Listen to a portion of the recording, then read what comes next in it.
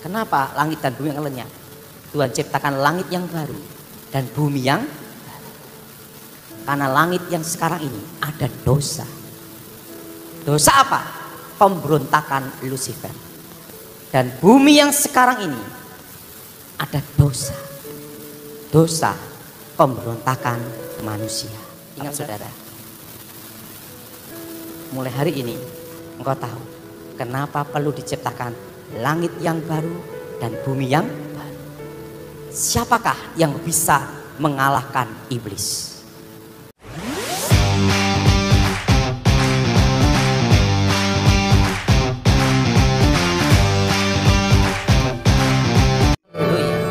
Aku mohon kuasa Elohim bekerja, kekuatan Elohim bekerja, bebaskan dari yang jahat, bebaskan dari kutuk, bebaskan dari kegelapan.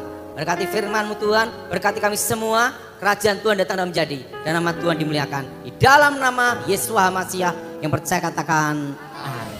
Silakan duduk. Shalom. Hari ini kita bahas tentang iblis. Apa saudara? Nah, ngomong sama sebelahnya, kamu bukan setan.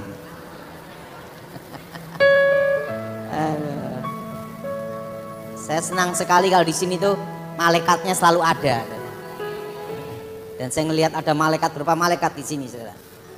Mari kita buka Alkitab kita, kitab Yesaya pasal 14 ayat 12 sampai dengan ke-16. Kitab Yesaya pasal 14 ayat 12 sampai dengan ke-16. Saudara yang ganjil saya genap. Wah, engkau sudah jatuh dari langit, hai bintang timur putra fajar. Engkau sudah dipecahkan dan jatuh ke bumi, hai yang mengalahkan bangsa-bangsa.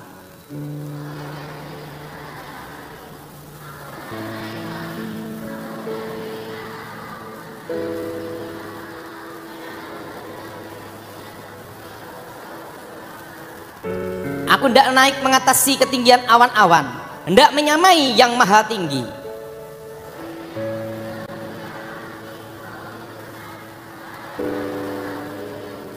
Orang-orang melihat engkau akan memperhatikan, dan nanti engkau katanya, inikah dia telah membuat bumi gemetar, dia telah membuat kerajaan-kerajaan bergoncang. Dikatakan bintang timur putra fajar. Apa saudara? Secara astronomi itu disebut namanya planet Venus. Untuk menggambarkan suatu bintang yang bercahaya melebihi bintang-bintang yang lain. Nah, dalam bahasa Ibrani, hail artinya pantulannya, pembawa cahaya. Nah, sebelum Tuhan menciptakan manusia, yang paling awal Tuhan menciptakan malaikat. Apa saudara? Malaikat yang diciptakan Tuhan itu berlaksa-laksa, beribu-ribu laksa, berpuluh-puluh ribu laksa, berlaksa-laksa. Ingat saudara? Berlaksa-laksa, beribu-ribu laksa, berpuluh-puluh ribu laksa, berlaksa-laksa. Dan di situ pula diciptakan malaikat terkuat. Yang pertama adalah Mikael. Apa saudara? Nah, jenderalnya Tuhan. Dan yang kedua, diciptakan malaikat yang kedua, yaitu penghulu para malaikat yang namanya Gabriel. Saudara? Penghulu para malaikat. Nah, dan yang ketiga, diciptakan malaikat yang lebih dahsyat melebihi semua malaikat yang lain, diciptakan dengan pantulannya, hail pantulannya, yaitu Lucifer. Lebih sempurna, lebih hebat. Dan Lucifer itu membawai sepertiga malaikat Tuhan, malaikat Elohim. Sepertiga. Dan Lucifer ini adalah malaikat yang dekat dengan Tuhan.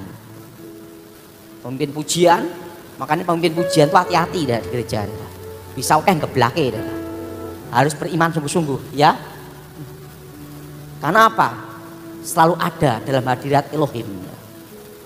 Karena Lucifer dekat dengan Tuhan, otomatis tahu banyak rahasia tentang Tuhan. Saudara, kalau kita dekat dengan Elohim, dekat dengan Tuhan, tiap pagi doa seperti Ibu Nani, hidupnya penuh pujian penyembahan. Bayangkan, Bu Nani umurnya berapa nih Bu?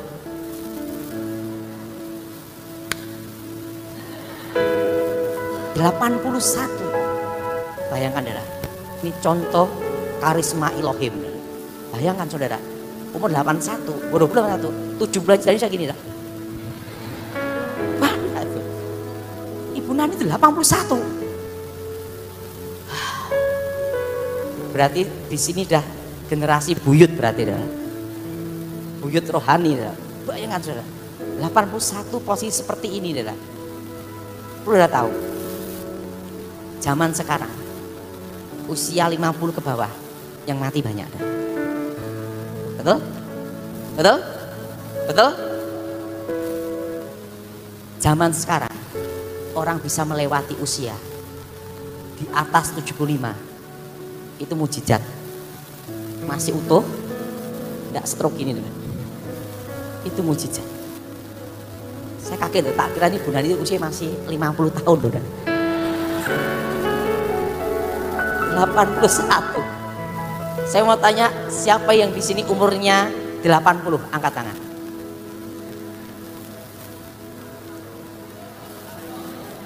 Ada enggak? Umur berapa nih? Berarti pendoa dia punya. Makanya kalau ingin umur panjang jadi pendoa dah. Hebat dah. 80 lebih. Nah, saudara, karena Lucifer dekat dengan Tuhan, secara otomatis tahu banyak rahasia tentang Tuhan. Karena tahu banyak tentang rahasia tentang Tuhan, kalau kita dekat dengan Tuhan, kayak Ibu Nani ini kan tahu banyak kehendak Elohim, apa yang terbaik gitu deh. Karena tahu banyak rahasia tentang Tuhan, Lucifer ingin menjadi Tuhan. Jadi dosa yang pertama kali ada di surga itu adalah apa? Ingin menjadi Elohim. Terjadilah pemberontakan di surga. Yang berpihak pada Tuhan 2/3, yang melawan Tuhan 1/3.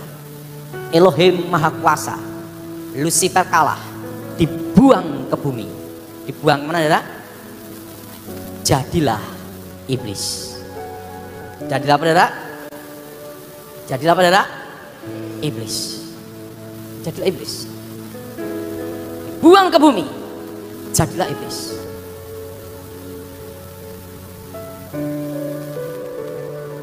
Tuhan sedih. Tuhan kecewa karena pemberontakan Lucifer. Karena Lucifer ini malaikat yang disayang Tuhan. Tuhan perlu teman untuk bicara. Tuhan perlu teman. Udah perhatikan, Abraham itu menjadi sahabat Tuhan, betul? Betul? Musa jadi sahabat Tuhan. Artinya Tuhan itu perlu namanya teman.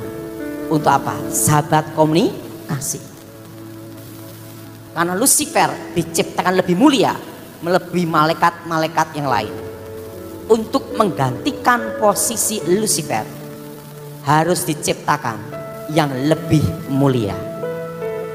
Diciptakanlah manusia segambar serupa dengan Tuhan. Ngomong sama sebelahnya, kamu bukan monyet. Maka Tuhan itu ciptakan kita ini segambar serupa. Kenapa? Makanya Alkitab berkata bahwa kita ini diciptakan lebih mulia melebihi malaikat. Setuju angkat tangan saudara. Kenapa? Menggantikan posisi itu. Dan diciptalah Hawa. Dan Tuhan berfirman, segala buah-buah yang sang biji dan berbuah biji boleh engkau makan kecuali pohon di tengah, buah pengetahuan yang baik dan yang jahat. Lucifer marah, Lucifer kecewa. Ingat saudara, kalau seorang direktur dipecat, diganti direktur yang baru, pasti dia marah dan dongkol sama yang ganti, betul? Betul? Ingat saudara, kenapa setan selalu menggoda manusia? Kenapa tidak goda kambing, betul? Yang selalu digoda adalah Ingat, karena mengambil posisi yang mulia. Mengambil berada? Dulu malaikat yang paling tinggi menjadi malaikat yang paling rendah, malaikat kegelapan. Dulu malaikat yang disayang Tuhan menjadi malaikat yang paling dibenci Tuhan. Lucifer kecewa, Lucifer marah. Siapa yang ganti dia? Manusia. Di antara binatang yang di darat, yang paling cerdik adalah ular. Pakailah ular. Nah, pakailah ular. Saudara, seorang penipu pasti lebih pandai satu tingkat dengan yang ditipu. Buktinya bisa ketipu, betul? Betul? Lucifer ke ular berkata kepada Hawa, kalau engkau makan buah itu, engkau jadi seperti Allah, seperti Elohim, tahu yang baik dan tahu yang jahat. Hawa menemui Adam, berkata, engkau makan buah itu, engkau jadi seperti Elohim. Adam dan Hawa jatuh ke dalam dosa. Ingat, dosa yang sama, kasus beda, ingin menjadi Tuhan. Dosa yang pertama kali di surga adalah kesombongan. Demikian dosa yang pertama kali di bumi adalah ingin menjadi Yang jadi pertanyaan, kenapa manusia diampuni, setan tidak? Betul? Kan tidak ada rombongan setan bertobat dibaptis Bunani, kan tidak ada. Ingat, iblis, Lucifer, yang disebut iblis itu satu oknum, yaitu Lucifer. Sepertiga malaikat yang jatuh dalam dosa, jadilah setan-setan, roh-roh jahat, penghulu-penghulu di udara. Saudara, yang pertama, lu udah tahu apa buktinya Tuhan menciptakan kita lebih mulia? Kita diciptakan segambar, serupa. Amin. Dan yang kedua, udah tahu bahwa iblis kenapa menggoda manusia? Karena posisinya diganti. Itulah namanya awal dari peperangan. Apa saudara? Ketiga, kenapa tidak diampuni? Ini yang penting. Lucifer melawan Tuhan, mengkudeta Tuhan, tidak digoda siapa-siapa. Tapi dari keinginannya sendiri merencanakan pemberontakan. Apa saudara? Merencanakan apa? Merencanakan Lucifer dengan keinginannya sendiri merencanakan pemberontakan. Manusia beda. Manusia tidak merencanakan pemberontakan. Manusia tidak ada keinginan melawan Tuhan. Tapi manusia digoda setan untuk melawan Tuhan. Kasus pembunuhan berencana. Nih, ingat ya, pembunuhan berencana. Hukumannya berat, maksimal apa? Mati dan seumur hidup. Pembunuhan tidak berencana, ada keringanan, betul? Tapi membunuh orang gila bebas. Karena hakim tidak bisa ngadili orang gila. Kalau hakim bisa ngadili orang gila, hakimnya apa? Betul? Apa yang terjadi? Ingat saudara. Makanya iblis tidak diampuni. Tapi manusia diberi kesempatan pengampunan di dalam Yesus Kristus.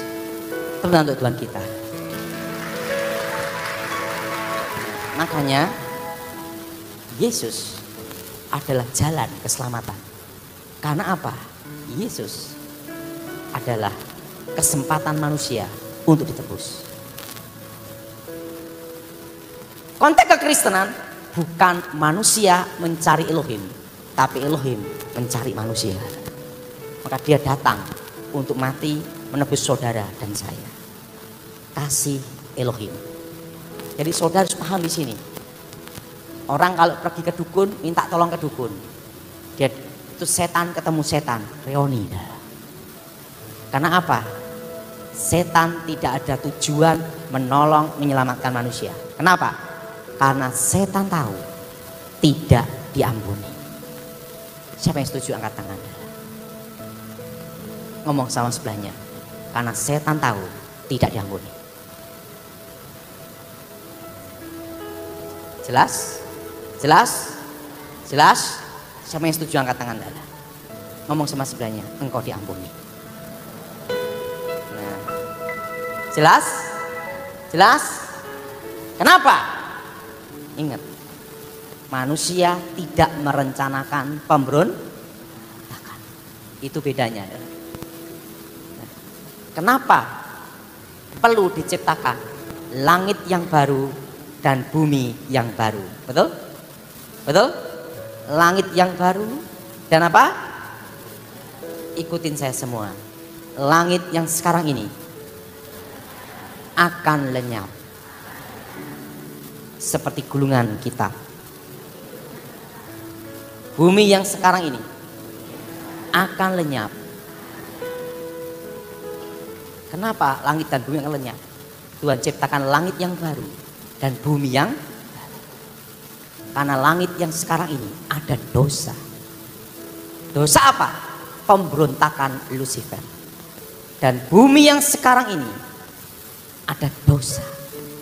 Dosa pemberontakan manusia. Apa saudara? Dosa apa? Pemberontakan apa?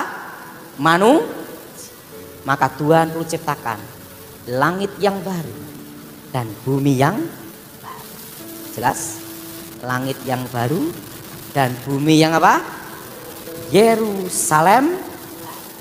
Tuhan ciptakan langit yang baru dan bumi yang Yerusalem baru. Amin. Amin. Langit yang baru dan apa saudara? Bumi yang apa? Langit yang baru dan bumi yang baru, Yerusalem baru. Ingat saudara, mulai hari ini engkau tahu kenapa perlu diciptakan langit yang baru dan bumi yang baru. Siapakah yang bisa mengalahkan iblis? Tidak mudah saudara, karena rajanya para setan. Saya ini puji Tuhan, kalau orang kena setan parah model apapun, kalau setan ketemu saya langsung lari. Ya. Kenapa? Bekas temennya. Langsung, wah bekas teman gua ini. Yang bisa mengalahkan iblis ada pertama, adalah Tuhan Yesus sendiri. Apa saudara? Apa saudara? Tuhan Yesus sendiri. Amin. Tuhan Yesus sendiri. Ini nomor satu. Tuhan Yesus sendiri. Karena dia Elohim yang jadi manusia. Yang kedua, dikeroyok malaikat. Kenapa kita perlu doa peperangan? Supaya malaikat Tuhan turun dari surga. Karena doa-doa kita sering terhambat oleh penghulu-penghulu di udara. Ingat, waktu Daniel berdoa, Tuhan mengutus Gabriel. Siapa saudara? Di tengah jalan disabotase penguasa media Persia, penghulu di udara, yaitu Lucy. Ingat, Gabriel kewalahan, minta tolong Mikael. Mikael dan Gabriel melawan Lucifer, baru Lucifer kalah. Mikael kembali ke surga. Gabriel menemui Daniel, memberikan wahyu akhir zaman. Amin. Artinya itu pentingnya doa peperangan. Apa saudara? Pentingnya apa? Pentingnya apa? Doa peperangan. Ini penting sekali.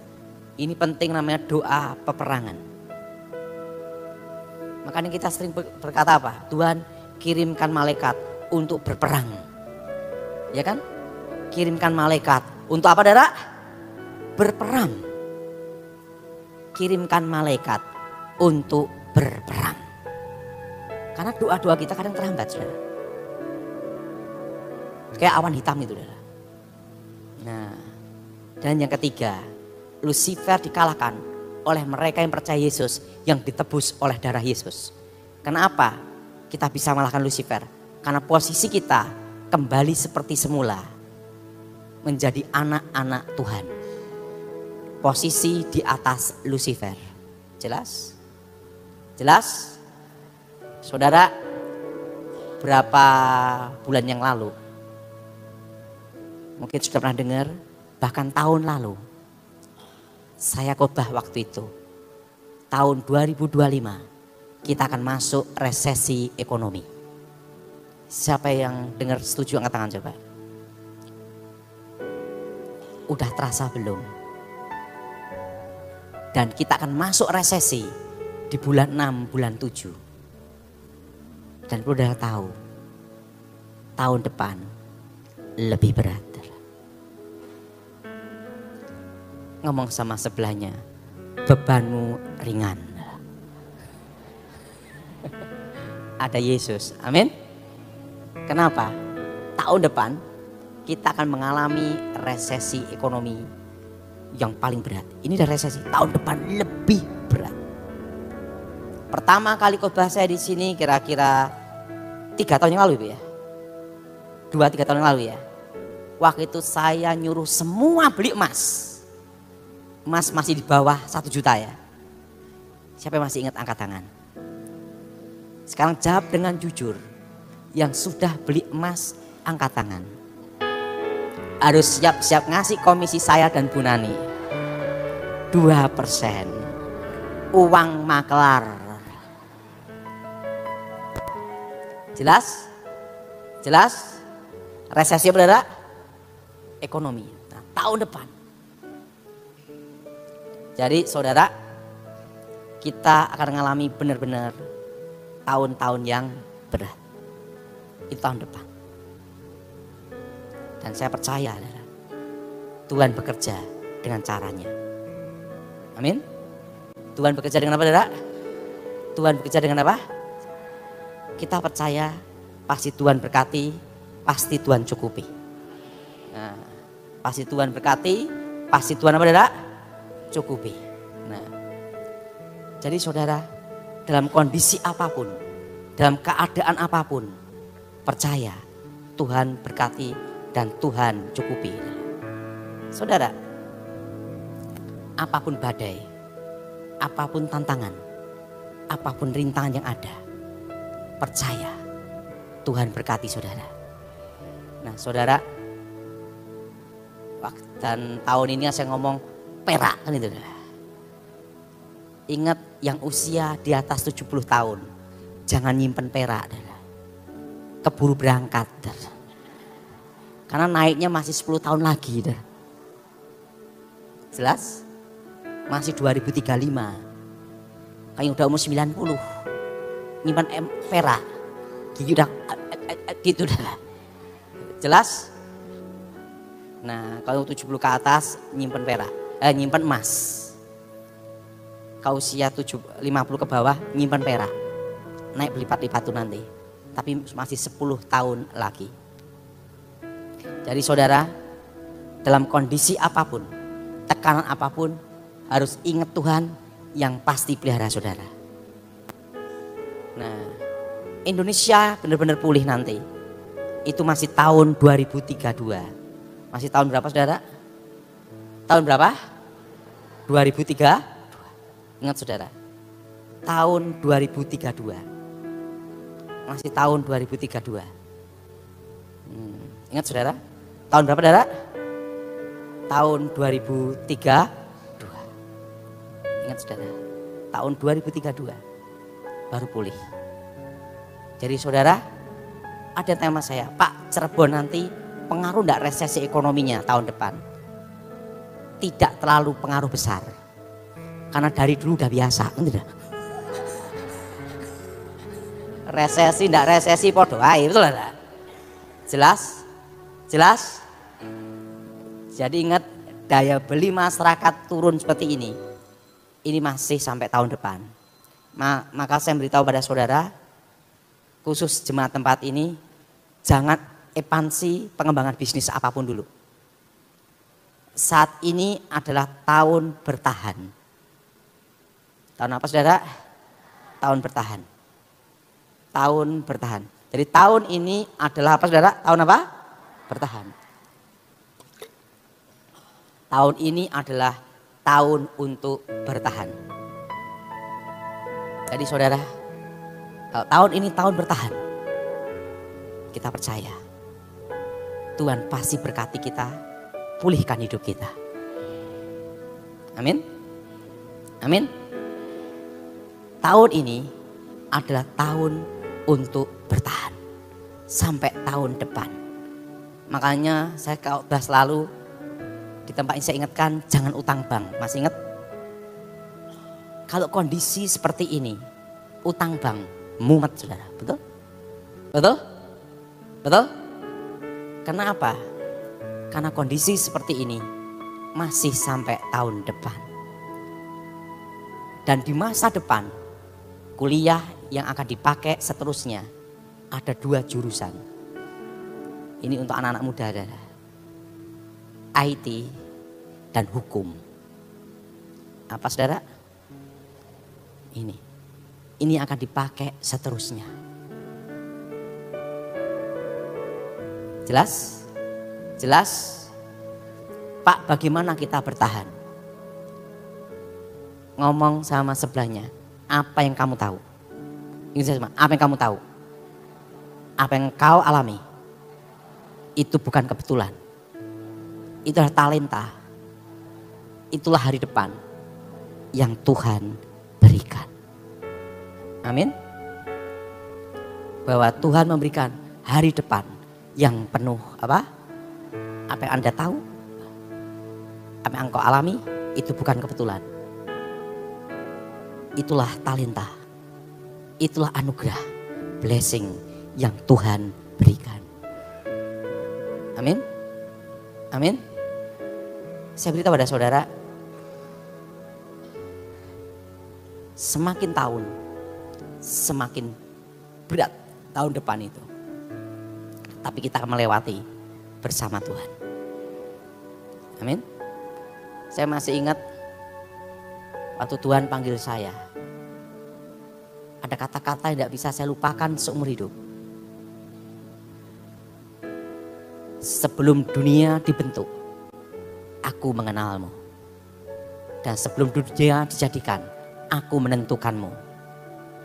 Dan sejak dalam rahim ibumu, aku memperhatikanmu. Di situ saya mulai menyadari bahwa saya dipilih Tuhan, dipanggil Tuhan. Sejak saya lahir, bahkan sebelum lahir. Artinya apa? Keselamatan itu adalah anugerah. Amin. Apa saudara? Keselamatan itu saudara? Anugerah. Keselamatan itu adalah anugerah. Jadi mulai hari ini saudara, kita percaya. Kalau Tuhan pilih kita, Tuhan panggil kita, Dia bertanggung jawab untuk hidup kita. Dan masa depan kita. Apa yang jadi bagian kita, itu yang kita kerjakan. Apa yang di bagian Tuhan, Tuhan akan kerjakan. Yang penting sekarang saudara, tahun ini tahun untuk bertahan. Siapa yang setuju angkat tangan saudara? Jelas? Jelas? Tahun apa saudara? Bertahan. Dan kita percaya Tuhan memelihara kita di masa-masa yang sulit. Saudara, ini ada pertanyaan lagi yang mengatakan gini. Tadi kan dibilangkan bahwa kalau bisa jangan utang bank. Pak, sekarang pertanyaannya, kalau sudah utang bank, jalan keluarnya gimana? Jangan nambah lagi. Bertahan untuk melunasin. Ya, ya. Kalau bisa, jangan gadekan sertifikat rumah, itu bahaya. Kalau sertifikat rumah hilang, sita bank, lainnya ikut kan gitu. Usahain jangan gadekan sertifikat rumah. Oke. Ya, jadi pertanyaannya yang tadi menjadi masalah, lah ini sudah kadung utang bank, bagaimana usahakan untuk bertahan. Tadi katakan sama Pak Dautoni untuk bertahan, artinya ya sudah usaha kamu yang saat ini ada, terus minta diberkati Tuhan sampai bisa melunasi utang gitu ya Pak ya. Ya, jadi untuk bertahan untuk sampai dengan tahun depan. Nah sekarang ada pertanyaan lagi Pak. Tahun depan itu tahun 2026. Nah apa yang akan terjadi dengan kira-kiranya tahun 2027? usaha apa selain daripada yang tadi kalau anak sekolah kan IT sama hukum gitu. Nah, kalau boleh diterangkan kenapa kalau IT kita udah tahu bakal memangnya saat ini. Kalau hukum kenapa Pak gitu? Kenapa harus hukum yang lebih dipentingkan gitu? Hukum nanti ada hukum perpajakan juga. Ya. Ada hukum pidana, ada hukum perdata. Nah, jadi intinya hukum itu nanti tetap akan dipakai sepanjang masa. Nah, sedangkan yang mesin-mesin industri itu nanti akan banyak diganti AI. Makanya itu akan terpengaruh namanya industri padat karya. Nah, dan yang bisnis yang tetap bertahan itu seterusnya itu yang berhubungan dengan perut. Dengan apa? Perut. Nah, termasuk berkebun, bercocok tanam, berternak itu bertahan. Nah, untuk ini Pak, kan banyak yang ingin usaha untuk tentang kesehatan gitu Pak. Apakah itu akan kalau tahun resesi seperti ini yang ramai itu rumah sakit malahan. Ya, jadi kalau usaha rumah sakit bagus gitu. Banyak stres. Ya. Dan di rumah sakit tetap jalan. Ya. Ada pertanyaan lagi, mumpung ini. Pak, ini ada pertanyaan beberapa. Ini ada yang dari online sama dari onsite dulu ya Pak. Ya. Shalom Pak, saya mau tanya, ini tidak berhubungan dengan bertemu dengan yang orang yang sudah meninggal. Cuma saya itu secara berkala sering sekali mimpi rumah, saya tuh berada di rumah nenek saya yang sudah meninggal. Tapi saya nggak, di mimpi itu nggak ada nenek saya gitu loh. Cuman memang suasananya tuh apa ya, serem, nggak enak gitu kan. Nah, saya itu udah sering mata-matahin kutuk gitu kan, batalin semua perjanjian yang pernah dibuat oleh orang tua saya atau nenek saya ya dengan kuasa gelap gitu loh Pak. Cuman kenapa tetap masih suka mimpi gitu kan. Bahkan terakhir tuh kira-kira mungkin sekitar sebulan yang lalu saya mimpi lagi berada di rumah tersebut gitu loh. Entah itu nanti bersama saudara saya atau kalau tak siapa. lihat ibu ini enggak ada kutubnya, aman aja udah. Men. Enggak usah dipikir. Pikiran. Lagi? Oke Pak, ini ada yang nanya. Pak, di rumah orang tua saya itu sudah didoakan, sudah bersih-bersih lah dari roh-roh jahat Pak. Tapi kata karyawan-karyawan saya masih ada suara-suara langka, masih ada suara-suara yang mengganggu. Itu bagaimana ya Pak? Gimana? Jadi rumahnya itu sudah didoakan, sudah dibersihkan dari roh-roh jahat lah, suruh pergi. Nah, tapi kata karyawan ibu ini masih suka dengar suara orang jalan, suka kayak seolah-olah mengganggu. Berarti penghuni rumah. ada kutukan darah. Itu pakai anggur perjamuan kudus. Tapi harus melakukannya orang yang betul-betul pendoa ya. Karena untuk mengalahkan kutuk itu berarti setannya itu ada hubungan dengan pembunuhan zaman dulu. Nah, itu harus disucikan dengan anggur perjamuan kudus. Oke Pak, dua lagi ya Pak. Pak Daud, bagaimana masa depan Indonesia Pak? Apakah Megatrust ini akan melanda bangsa kita? Ini. Sama COVID jilid kedua, apakah akan ada Pak? Nggak usah Megatrust, mega perut aja mumet kok. Nggak usah dipikir Megatrustnya. Yang kedua, COVID kedua, biasa kan banyak sekarang ini gara-gara vaksin zaman dulu kan kena ada namanya autoimun macam-macam kan ya. Yeah. Nah, jadi yang penting sekarang saya tuh percaya dalam hidup ini itu Tuhan itu memberi penyembuh alami untuk kita semua. Yang percaya katakan. Amin. Kalau saran saya, coba setiap hari saudara itu minimal makan buah. Itu jeruk. Setelah itu kedua yaitu jambu biji itu saudara, di jus, tapi jangan bijinya saudara. Saring, sama ketiga pisang. Nah, buktinya ingat monyet tidak ada yang stroke kan? Karena makan pisang kan gitu. Nah setelah itu pisang, nah jambu, nah setelah itu nanas. Nah sebenarnya untuk itu lebih baik daripada obat-obatan vitamin yang obat-obatan gitu loh. Alami itu lebih baik karena Tuhan sudah ciptakan dengan sempurna. Gimana Ibu? Betul Pak. Nah, saya sendiri tiap hari ya makanya gitu juga. dan olahraga itu yang penting. Lanjut.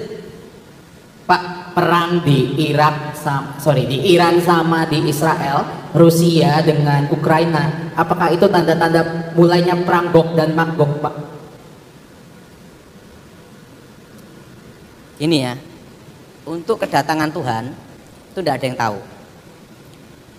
Yang kedua, Iran dan Israel itu sebenarnya adalah perang uji coba senjata. Ini boleh saya ngasih pandangan Ibu? Iya Pak, boleh. Yang disebut namanya perang itu namanya invasi darat antara Rusia dengan Ukraina, itu namanya invasi. Nah, sedangkan Iran dengan Israel itu kan jaraknya berapa ribu kilometer dan ada berapa negara? Ada berapa Negara. Ada berapa? Ada berapa negara yang dilewati. Nah, tujuannya itu apa? Karena itu adalah perdagangan senjata, uji coba senjata.